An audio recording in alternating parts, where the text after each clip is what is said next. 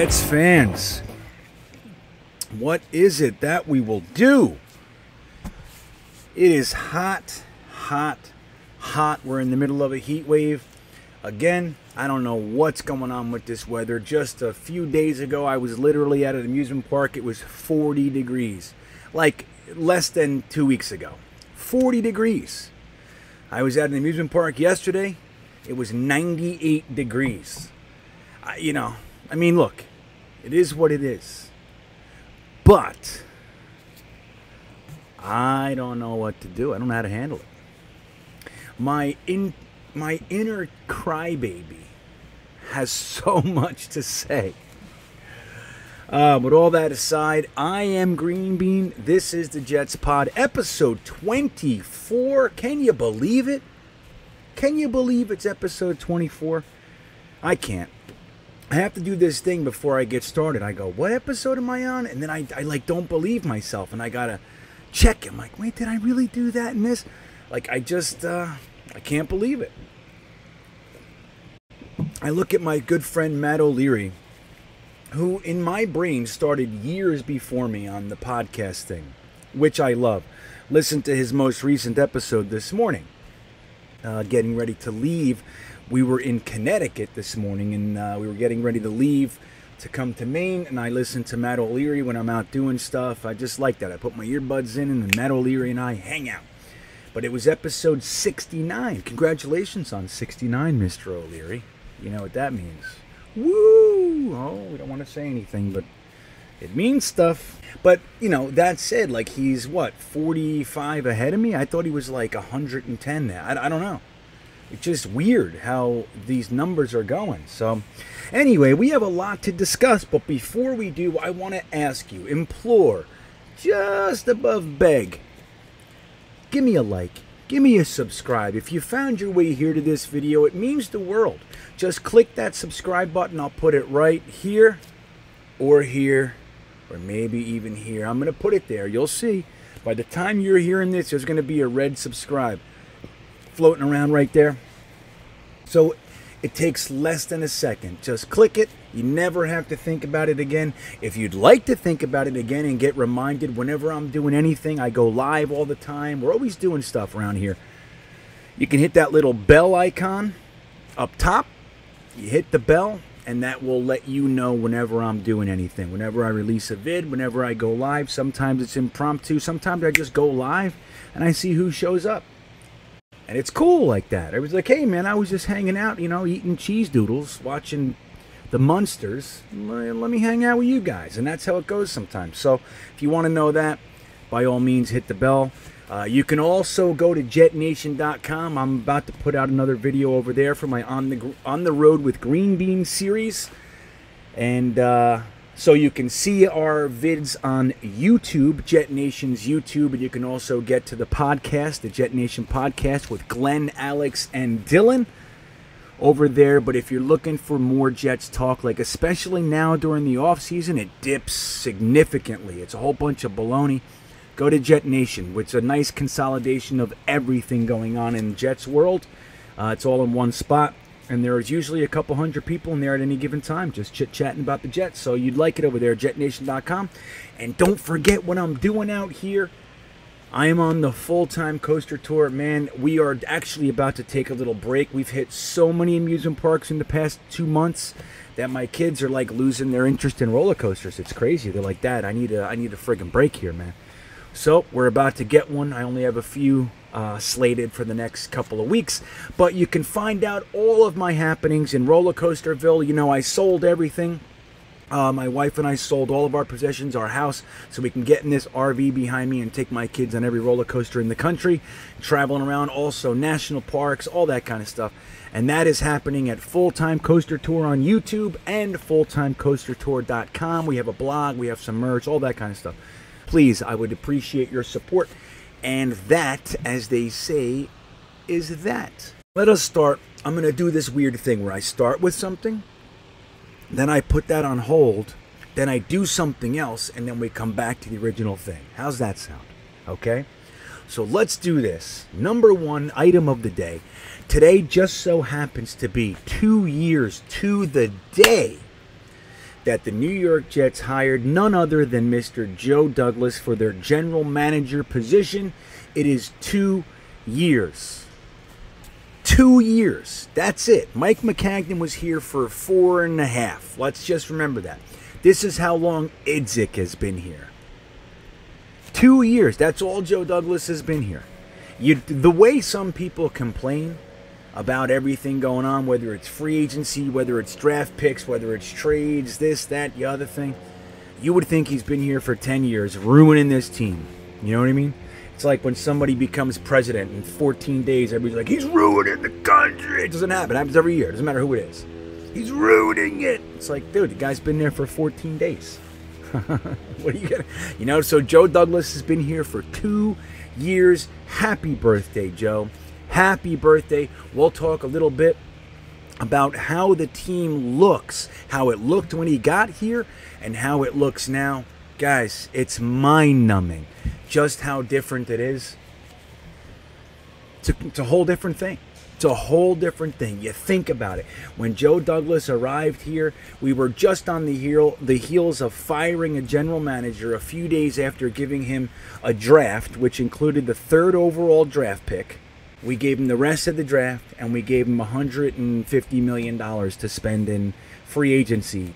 Signings like L. Bell, C.J. Mosley getting ridiculed and beat down by Anthony Barr, and man, so that was what was going on here, and then that was right on the heels of hiring none other than the freakazoid himself, Mr. Adam Gase. After he spent 4 years ruining the Miami Dolphins, we decided, hey, we can go for a little bit of that, and we brought him in here. So that's what was going on here when Joe Douglas took over, and you look at it now, it's a totally different scene. Now, we don't know what's going to happen. We don't know. This could be just another version, another package around the suctitude that has been the Jets. But one thing you cannot deny is that this is a different organization in the 2 years that he's been here. 2 years. It just blows my mind, man. That's all it is. And I've said it a bunch. I've always talked like, hey guys, let's not forget he's only been here 18 months. He's only been here 21 months. I've said that throughout this whole offseason. And even the end of last season, I'm like, guys, relax. He's only been here 16 months.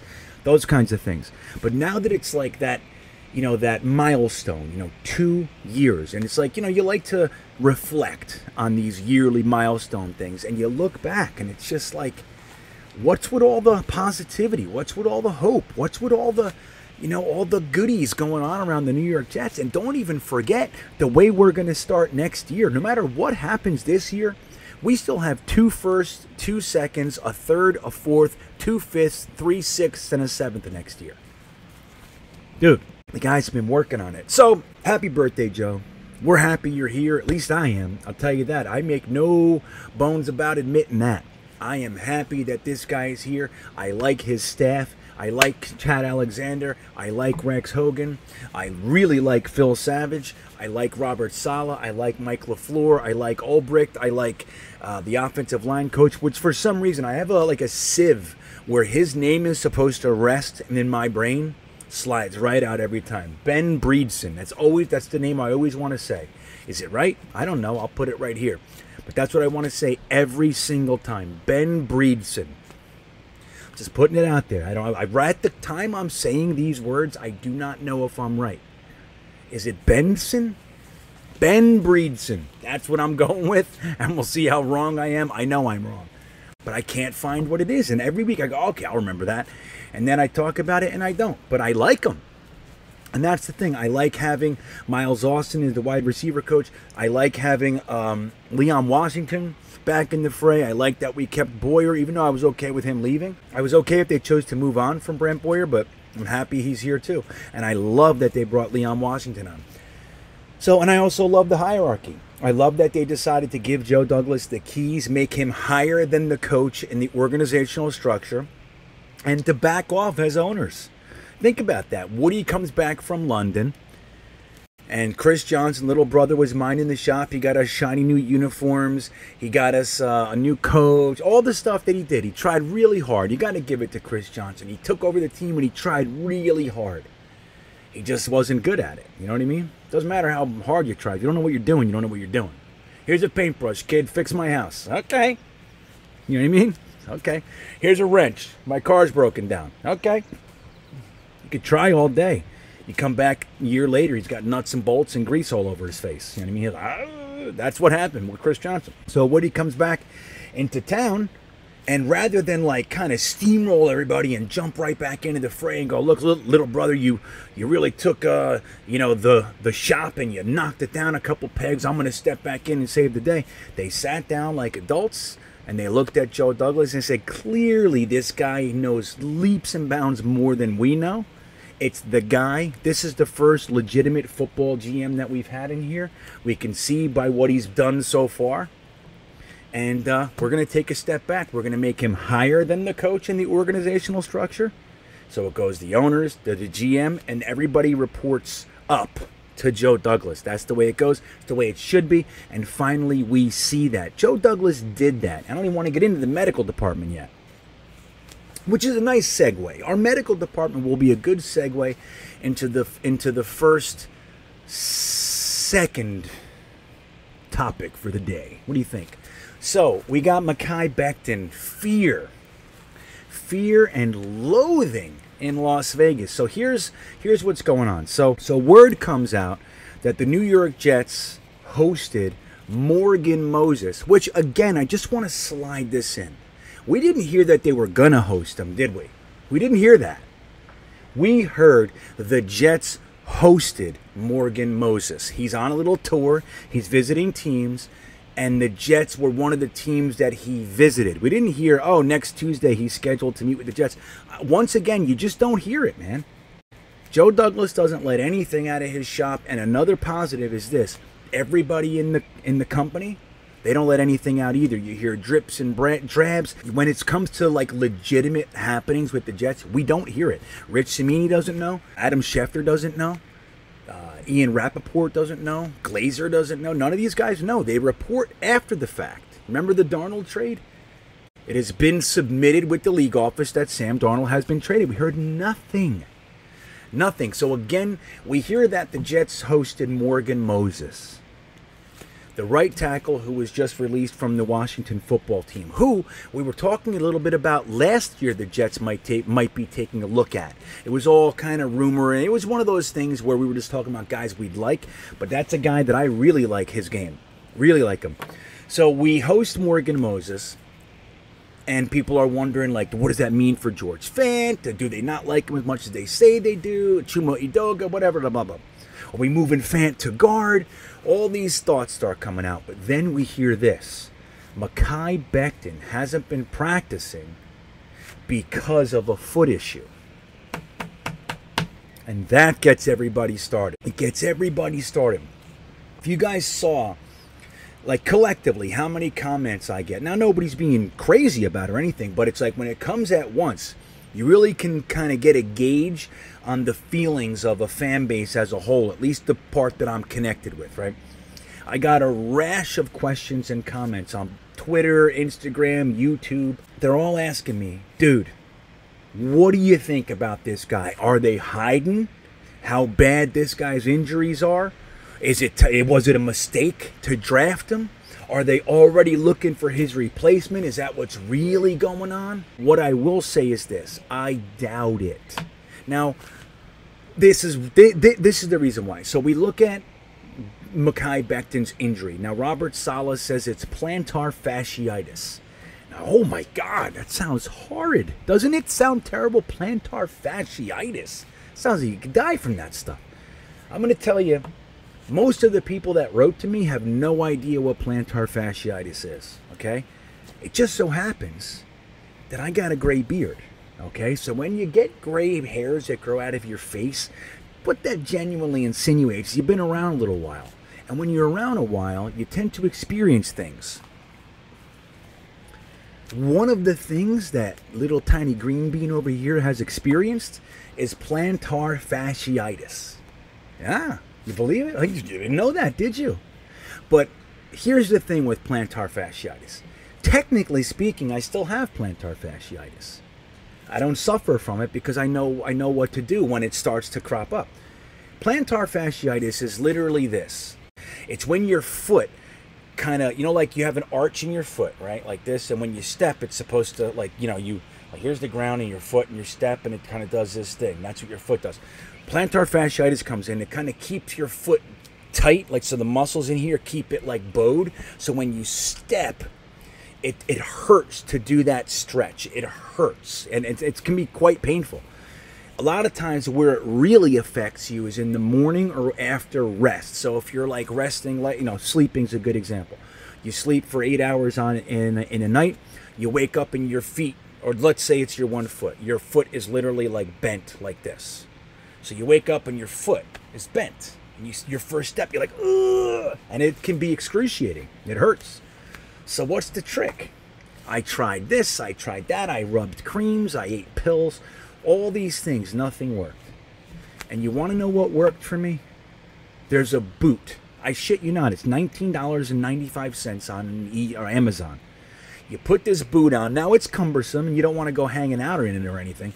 It's a big plastic boot that you put. It goes up to about here. You put it on. It's like plastic, and mine was blue.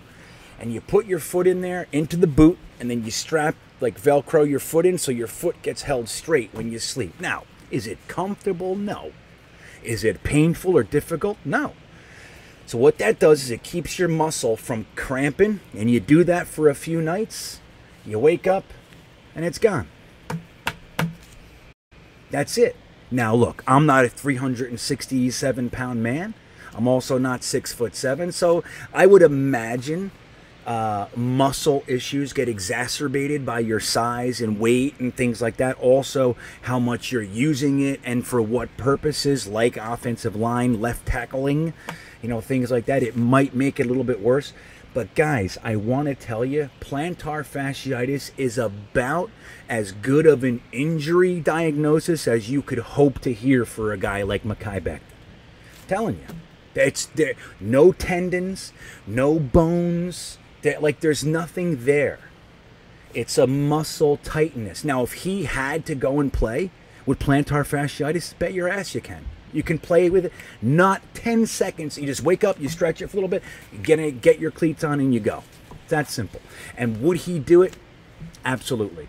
If they needed him, they would have no problem putting him on the field with plantar fasciitis. And I'm going to tell you right now, he would never let himself sit out of a game for plantar fasciitis. Plantar fasciitis is no reason to lose your mind. It's just not. It's not. Now, would I be okay with them signing Morgan Moses? What would it mean?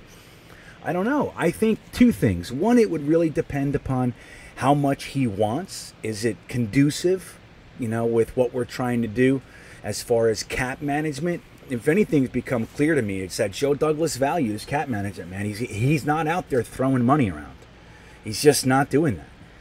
And we'll get into another thing in a few minutes with an example about that. So it would depend on how much he wants. And honestly, thing number two is I just think that it would be competition, man. You bring a guy in and you let George Fant know, look, dude, you're the penciled-in starter, but you got to beat this guy out. Mekhi Becton, you got to beat this guy out. And he's your first swing tackle, or he's your first right tackle. I mean, I don't think Morgan Moses would want to do that. I just don't. I see it as an unlikely signing. I really do. Now, is Fant our long-term answer? I don't know. I'll tell you what, man. He played well. He's a specific scouting project by Joe Douglas and his team. Okay? Nobody had George Fant as a starting right tackle in the league. Joe Douglas did. They went out of their way. They signed him early in free agency. Remember, it was right after Jack Conklin signed with the Browns. Okay? He was in on the Jack Conklin sweepstakes. He said, nah, it's too much for my blood. And he went over and he immediately signed George Fant. So George Fant comes in. He plays well on a very bad team with a mishmash offensive line. The whole line was horrid, except for Mekhi Becton. Connor McGovern settled down. Van Roten settled down. Truth be told, one of the constants through the whole thing was George Fant. And he had his moments, too. He did. But don't forget, he played well on a very bad team. on a very bad offensive line and a very bad team and a very bad offense. So the idea that George Fant is going to come out of that first year on the Jets and actually have a breakout season of sorts, like it improved, dude, it's very likely. It's very realistic to think that. Now, if George Fant comes out of that in the year 2 of his 3-year contract, has a great year, why isn't he the long-term answer? Why do we need to replace this guy? Everybody's looking past George Fant already. I don't see any reason to do that. He's on the squad. We have a couple backup swing tackle-esque guys. We got Connor McDermott. We have obviously Chuma Edoga. We have a few guys there. We also have Cameron Clark, who could probably play backup right tackle. We obviously drafted Elijah Vera-Tucker, he played tackle in college. We have guys. So bringing in a guy like Morgan Moses would merely be competition. I don't think it's coming in to usurp anybody. It's just depth and it's competition at the position. Again, I don't think Moses has taken that deal unless he's got nowhere else to go. That's the way I think. I think he's got some places where he could probably be more likely to start. Because I think George Fant is fine. If George Fant plays average or below, you look to drafting somebody or bringing somebody in next year. But I'm really curious to see how he goes, how it goes this year and how he plays. And I don't know. I don't see George Fant as not the long-term answer, even though I don't see him as the long-term answer. I think, dude, we have a guy who's got just as great of a chance as anybody else we bring in here of being the answer. Why not? Why not? So, bringing me back to Becton, I do not think for 2 seconds that Jets brass meeting with Morgan Moses is any indication that they regret drafting Mekhi Becton. In the draft, you had the 4 tackles, right? Andrew Thomas went first, Jedrick Wills went second, and Joe Douglas had the choice between Mekhi Becton and Tristan Wirfs. What was one of the concerns about Tristan Wirfs? That he's going to be switching positions. The Jets are looking for a left tackle. Even though we needed a right tackle too. The Jets are looking for, at this high in the draft, they're looking for a left tackle. So even though Tristan Wirfs had this great season down in Tampa, he did. He's a great player, super athletic, great. He did a great job. He played right tackle on a significantly better football team than Mekhi Becton. Mekhi Becton came in and played left tackle for a shitstorm. And they had comparable seasons. So who knows how Tristan Wirfs would have done switching to the left side, which is more than likely what the Jets were planning to do. So when Joe Douglas took Mekhi Becton, make no mistake, that was the risky pick. Wirfs was the safe pick. He was. But Becton was kind of like the boomer bust. And I'm going to tell you right now, I trust Joe Douglas. I saw what Mekhi Becton can do on the field in the NFL. It looked a whole lot like he did in college, pushing around some of the biggest boys in the league. Don't forget, Robert Saleh moved Nick Bosa over to the other side against Mekhi Becton because Mekhi Becton was neutralizing him. Robert Saleh doesn't forget that, boy. Let me tell you. And plantar fasciitis, my friends, is not going to be the thing that takes Mekhi Becton off our roster. I'm just telling you. I hear everybody talking about it, but I haven't heard anybody talk about what plantar fasciitis even is. I just happen to know because I'm a crusty old bastard. Sleeping with a boot. See, that's why it's good to be married. Like, once you're married, man, you don't got to worry about boots in bed. You just bring the boot. If you were dating somebody, you're trying to, make yourself look good in front of some new lady, you don't bring the boot. You just deal with plantar. Oh, yeah, you deal with all this pain and you smile and act cool in your silk shirts or whatever it is that you do. Not me. I'm old. I've been married for, what is it? It's got to be 14 years, man. I've been with her for 17 years. The boot's fine. So that's the thing. You bring the big old boot to bed, and you're gonna wake up the next morning, and it was fine. That boot took care of my plantar fasciitis so well that I even gave it away. I kept it for like a year and a half, 2 years, like in the closet. I think I used it one more time.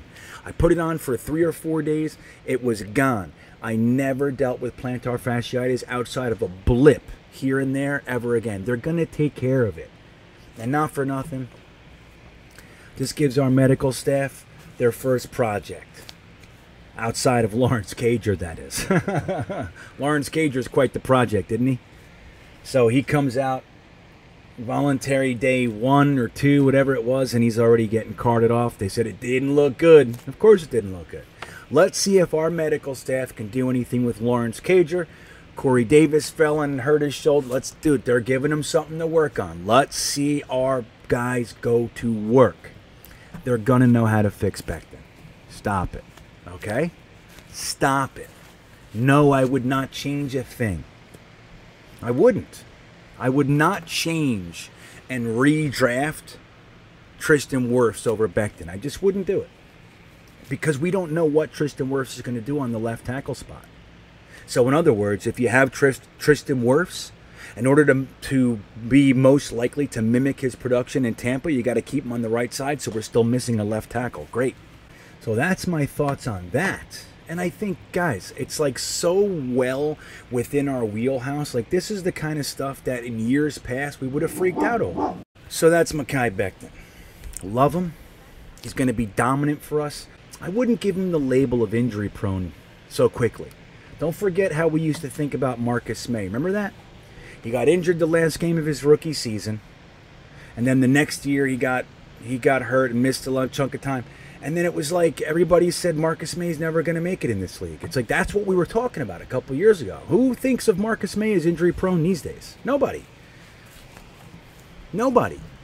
So my advice is to calm down, everybody. These are voluntary OTAs. They decided to keep him out so he can stretch out his foot. That's it. That's all it is.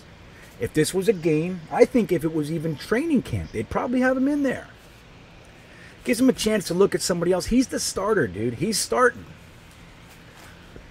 And believe me when I tell you, Robert Saleh is intimately acquainted with Mr. Mekhi Becton. I'm telling you. He was tearing their defensive line up last year. They had to move guys around, away from him. Don't think that he doesn't remember that. So that'll bring us to the other thing. The other thing. Jamison Crowder is also mysteriously missing from camp. What do you think of that? So we got Marcus May's not there.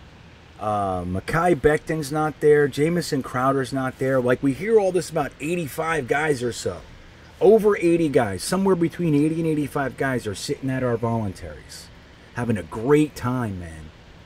These guys are loving each other. You see them at the game. Salah's at the game. They're at the Knicks. They're at the Islanders. Dude, they're getting out there, and they're getting out there together. They're hanging out. Have we ever seen this? Have we ever seen such a large collection of guys hanging out together outside? The last time we really saw that was when Jumbo Elliott, Jason Fabini, and Matt O'Dwyer absolutely tore up that bar. Remember that? They got arrested. They beat the hell out of everybody, the bouncers. Remember that? Didn't O'Dwyer, like, rip the sink out of the wall or something like that? After that, they're like, hey, why don't we not let offensive linemen hang out? This is like the first time that they put a lot of our offensive linemen together and let them go out together in public. It really is. I can't remember a time. Can you? That was the last time. For all you guys that don't remember that, some of my younger bucks, that's what it was like, man. We had Jumbo Elliott on our offensive line. We had 3 guys.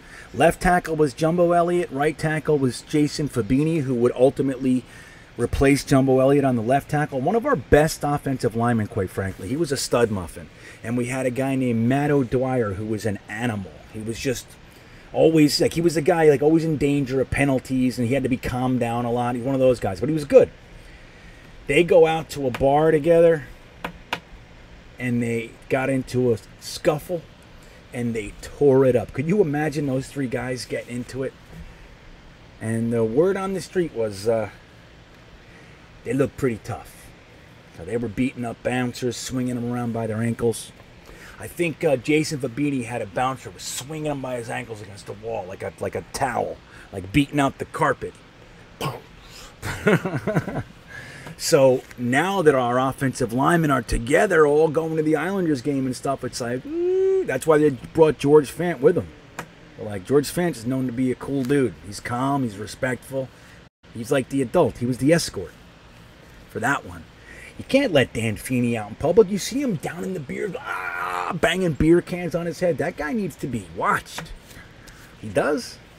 He needs to be watched. You got to bring the parents with that guy. So it's a good thing, like what we see all this stuff happening, but there are guys not there. There are players not there. Now, the one that's probably the biggest deal, I know we're all looking at Becton, but the biggest deal probably is Jamison Crowder. Now, there's been all sorts of talk this offseason. One about cutting Crowder for the $10 million. All right, we've also heard lots of people talking about trying to trade him. We've heard that he's no longer necessary. There's also the outcry like, hey, he's the one guy on this team that was actually pro level for the past 2 years. Why would you slight that man? Like, now we finally have a team, blah, blah. He's the only guy who played, all that sort of stuff. Here's what it boils down to. Jamison Crowder is a damn good receiver. Now, he's not, top 10 or top 15 or anything, but he is a very solid NFL player. And on the Jets the last 2 years, he was probably our best player. Probably. And that includes Jamal Adams. And, I don't want to hear him. Believe it or not. So, Jamison Crowder has no guaranteed money left on his contract. He has 1 year remaining. The guaranteed years are gone. He's owed just a touch over $10 million this year. $10 million. And we drafted Elijah Moore. We have Braxton Berrios. We have a couple guys at the slot position that could play. And we're telling him, basically, this is the word coming out. We're telling him, like, look, we want you on the team. We have no interest in cutting you to just save the money. We're not looking to trade you. But $10 million for a guy who's probably going to just be part of a 5 wide receiver rotation, or at minimum at least a 2 wide receiver rotation at the slot position. We're not looking to pay $10 million. So you're not going to find $10 million out there. Like, if Jamison Crowder gets cut and goes on the open market, he's not getting $10 million. It's not happening. It's just not happening. He's probably in the $4 to $7 million range, somewhere in there. So they're asking him to take a pay cut, and guess what? He doesn't want to. He doesn't want to. He's saying, no, pay me my $10 million or cut me. So they're working that out. Now, my thoughts on this are as follows. I think that we haven't seen Joe Douglas really make the case that he values anybody on the team so much as to just outwardly pay them what they want. We have not seen that yet. Now, you got guys like Sam Darnold, like Jamal Adams, like Leonard Williams, right? All these guys that we drafted that were supposed to be a part of this future, and Joe Douglas had no interest in paying him. The reason he traded Leo Williams when he did was because he had that 5th-year option coming up. He had zero interest in giving him $16 million, and he decided, let me see what I can get for him. And he got a 3rd and a 5th. It was actually a 3rd and a 4th, and then the Giants played a little wackadoodle ball, and they did a good job, and they made it a 5th, right? So he got a 3rd and a 5th for him. Why? Because he didn't want to pay him. So then he trades Jamal Adams. Why? Because he didn't want to pay him. Don't forget, too, he didn't exactly think that these guys were building blocks either, okay? And then you look at Sam Darnold. Again, 5th-year option coming up. Just like, look, I have a moment to push reset. I got the 2nd overall pick, and I can do this one way, or I can commit to you, and I, quite frankly, don't want to pay you for your output. So he did it. When you look at the Marcus May thing, there was some negative ripples coming out about that from his agent, if you remember. And now we got Jamison Crowder. So pretty much everybody on the team that was of any value over the past few seasons is either gone, or he's saying, look, I'm not paying you.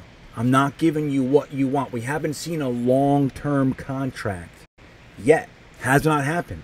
Today marks 2 years Joe Douglas has been here, and we have not seen it yet. So the negative side of this is that this is more of the same, where players might be getting a bad taste in their mouth about Joe Douglas. They might.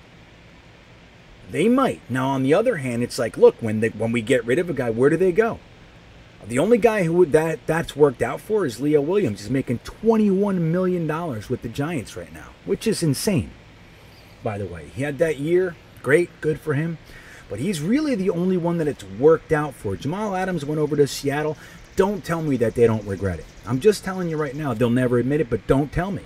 Don't tell me that they don't regret giving away 2 firsts and a third for that guy. Guy was burned for a half dozen touchdowns, something like that. Yeah, he got the sack record. Great. You know what I mean? 6.5 or 7.5 sacks, whatever it was. That's great. It means something. But I don't think that was what they were necessarily looking for. And it wasn't game-changing. And let me tell you, he had at least 3 interceptions that hit him in the hands, chest, or face that he dropped. So just don't tell me that 2 firsts are still... If they were able to give that a reset, they would never give away what they got. Don't tell me otherwise. So when you look at all these guys that they gave, you know, that's a little digression there. But so when you look at all the guys Joe Douglas got rid of, it's not like they went somewhere else and the only one is Leo, that they went somewhere else and it worked out. They gave a really high production and they got the money they were looking for. He's the only one. He's the only one. Out of all the guys Joe Douglas got rid of, where's Tremaine Johnson? Where's Kelechi Osemele? He went to the Chiefs, played a few games, a half a season, and got injured again. And he made like, I don't know, $1.3 million, whatever. I forget what it was, but it was low. It was a low contract. He looked really good in those games, but again, he was hurt. That's kind of his thing. Who else? I mean, I might be forgetting one, of course. I'm just doing this off the top of my head. But so when you look at, like, it could be giving guys a bad taste in their mouth. When you look at the proof is in the pudding, it's like, well, what have they done? Why should I have paid them? The only one, again, is Leo Williams. And I just wonder how he's going to do this year. And $21 million is a lot of money, man. It's a lot of money for 1 year of production. Leo's a very good player. He's solid as hell. And really, the best thing that you can say about Leo is he's always healthy. He doesn't miss games, man. And that's just about as much value as you can find in any other stats, man. Oh, the other one is Robbie Anderson. Robbie Anderson did well. That's another one. That's another one. So outside of those 2 guys, that is another one. I forgot. But I can't think of any more. Trenton Cannon? I mean, who? Right? So we got a couple. But overall, when you look at the flip of the team, Darryl Roberts, where did he go? He was making $8 million here. Where did he go? He didn't get $8 million. I'll tell you that.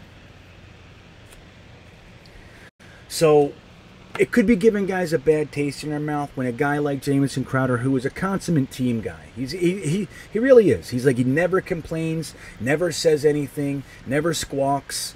You know, he does have the injury thing, so there's a few games every year where he's not available. But the guy plays hard, he's very effective, and he does what you ask him. He's throwing passes, catching passes, he's blocking, he's doing whatever you ask. So the guys on the team could be looking at this like, Then again, I think it's just a point where, like, look, man, we're coming out of the dark ages where we had a bad roster. Yes, you were the best guy on that roster, but you're still just a mid-range wide receiver in the league. I value you, I want to keep you, but I'm not giving you $10 million. So I think you kind of need a GM to be that way. You can't think with your emotions, man. You can't. So it's going to be interesting to see. I think that ultimately we will see a restructuring. That's what I think. I think Jamison Crowder will knock it down a couple mil because they're going to know, if his agent is smart, he's going to know, like, look, dude, you're not going to get more than $8 million out there. I don't think you're going to get more than $8 million out there. I don't think he's going to get $8 million out there. But so knocking it down $2 million and just stay where you are and the whole thing, I don't know. I think they'll figure something out. I think it's just it's a bad situation as far as you'd like to have this stuff done, taken care of. But again, this is a regime that's like, dude, they have their value statements are intact. Okay, they know what they want to pay each player. You can't be misguided with that. If you overpay in this position, you're going to have to underpay another position. There's a balance. There's got to be. So hopefully Joe Douglas is the kind of guy that can figure this out. and kind of be able to be creative, like you saw what the Saints were able to do this year. They were $140 million over the cap, and they were able to figure it out with their players and structure enough guys that they were able to get down underneath the cap. Incredible. I never thought they were going to pull that off, and they did. So I'm hoping that Joe Douglas has that in his back pocket, that ability, because let me tell you this. What Joe Douglas has done has been needed around here. When you look at guys like Marcus May and Jamison Crowder, you'd hope that they can find a solution. You really would, right? But can't be misguided about values. I heard that somewhere before. We can't be misguided about values. Anybody know where I got that one? Let me know. So, before I get into the flipperoonie of the team, I'm going to do that quick. Because I'm going to do a whole nother video on this thing. I want to say this. Did you see the big trade this week? Did you see it? So on this day, Joe Douglas's second birthday with the New York Jets, birthday number 2, we got a gift. Julio Jones, who I was really hoping the Jets didn't go get. I just think it's contrary to the plan, the trajectory that we're on. As much as I like Julio Jones, he's one of my favorite players outside of the Jets. Even though I don't have favorite players, he's one of the guys I think is the best. Let me say it that way. We saw the Atlanta Falcons trade a future Hall of Famer. Okay? He's like number 1 on receptions over 20 yards, touchdowns in the red zone, yardage out of active players. Like, he's number 1 in like 5 or 6 categories. He's one of the best, if not the best, receivers in the NFL. And the Atlanta Falcons got a second and a fourth for Julio Jones and a sixth. So they gave away a sixth just to get the second and fourth. So that's really a second and a fifth. Joe Douglas was able to get more than that for the 34th ranked quarterback in the NFL. Just want to remind you of that. When people were talking about Joe Douglas didn't get proper value for Sam Darnold, it was a little bit of that. It's like, dude, people were talking about Sam Darnold. Don't forget what the narrative was right before the trade. They were saying that the Jets will be lucky to get a third. Joe Douglas got a second, a fourth, and a sixth, instead of giving away a sixth to get the second and fourth. So I'm just going to say that, man. Joe Douglas is about one of the finest traders I've seen. I mean, shit, he almost got that much for Leo Williams. 2 firsts and a third for Jamal Adams and a fourth. Like, come on, man. And a player. So I just want to remind you of that. There are items that can put things in perspective. We can talk about our feelings one way or the other all the time, but right now this is rock solid. The Atlanta Falcons just got less for a Hall of Fame wide receiver. Granted, he's a little older. Granted, he has some injury stuff going on. But dude, if you can't get what they got for Sam Darnold, you just might not have as good of a GM as Joe Douglas over there. That's all I'm saying. So there is that. That is an actual fact. And I'm telling you, man, it's nice to see. It's nice to see. Now, I think the Titans are going to, if Julio Jones can stay healthy, dude, I think the Titans are going to give us a lot of problems this year. Okay? We play them too, so good. See what Bryce Hall does against Julio Jones, huh? See what C.J. Mosley and Jared Davis do to I want to say Najee Harris, but to Derrick Henry. So anyway, that's a good thing to look at. So let's take a look real quick back to the Joe Douglas thing. Happy birthday, Joe. I want to just remind you of what our roster looked like the day Joe Douglas took over. Or maybe not the day, but this period of time. Okay? So we had Sam Darnold, Le'Veon Bell, Robbie Anderson, Jamison Crowder, Demaryius Thomas, Ryan Griffin as our skill guys, right? That was so Sam Darnold, Le'Veon Bell, Robbie Anderson, Jamison Crowder, Demaryius Thomas, Ryan Griffin. 2 of those guys are still on the team. Obviously, Jamison Crowder, who we just spoke about, and Ryan Griffin, who just had an acrobatic catch in practice off a bad pass that should have been intercepted. But it is what it is. Okay, he had a really good catch. So who knows what his future holds. But here's our offensive line. Kelvin Beachum at left tackle, Alex Lewis at left guard, Jonathan Harrison at center, Brian Winters at right tackle, and right guard, and Brandon Shell at right tackle. Alex Lewis is still on the team. Completely flipped the offensive line. Completely flipped. Our defensive line looked like this: Henry Anderson, Steve McClendon, and Quinnen Williams. So Quinnen Williams is still on the team. Then we had linebackers named Jordan Jenkins, James Burgess, and Neville Hewitt, all of who are gone. Then we had cornerbacks named Nate Hairston, Darryl Roberts, and Brian Poole, all of who are gone. We don't know what the story is with Brian Poole, but doesn't look good for him coming back. And then our safeties were Jamal Adams and Marcus May. So literally, out of the whole bunch, Marcus May and Quinnen Williams are still on the team. Okay?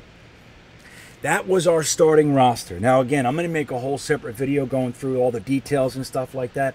I want to really paint this picture about all the moves and everything else. I'm going to try to really paint the nice picture in its own video. But can anyone deny that there has been a complete shift? Now, let's even talk about this. Our head coach was Adam Gase, our offensive coordinator was Dowell Loggins, and our defensive coordinator was Greg Williams. Robert Saleh, Jeff Albrecht, and Matt LaFleur. And Ben Breedson. That is our offensive line coach. So, guys, in 2 years, there has been a complete flip of the team.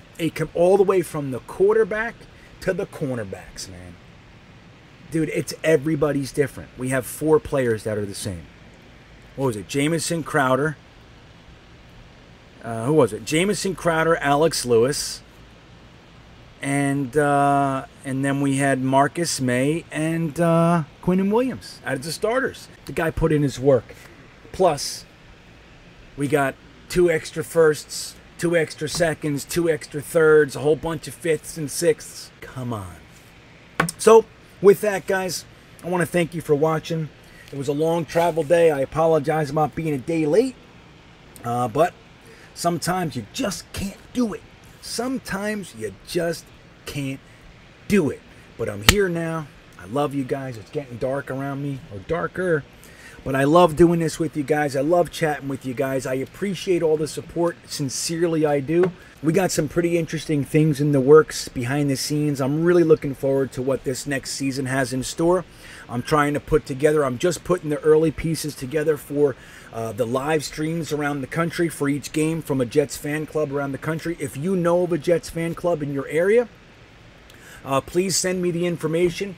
My trek across is kind of set, but it still has some wiggle room. So if there's a Jets fan club in the area that's pretty close to me, I might change things to get there. I want to live stream from a different Jets fan club around the country for each game this year for Jetnation. So don't forget to like and subscribe. I do appreciate it. It takes a second. Hit the subscribe button. Look at that. There it is. And don't forget to please follow Full-Time Coaster Tour. I need the support over there, guys. I'm a couple hundred away from getting past my threshold. I need like 260 or whatever it is followers over there. If you haven't followed Full-Time Coaster Tour yet, please head over there and do so. It means the world to me. And guys, as always, Jetnation.com is the place to be if you want to talk Jets football. And with all that being said, I thank you for being here, and I wish you all well.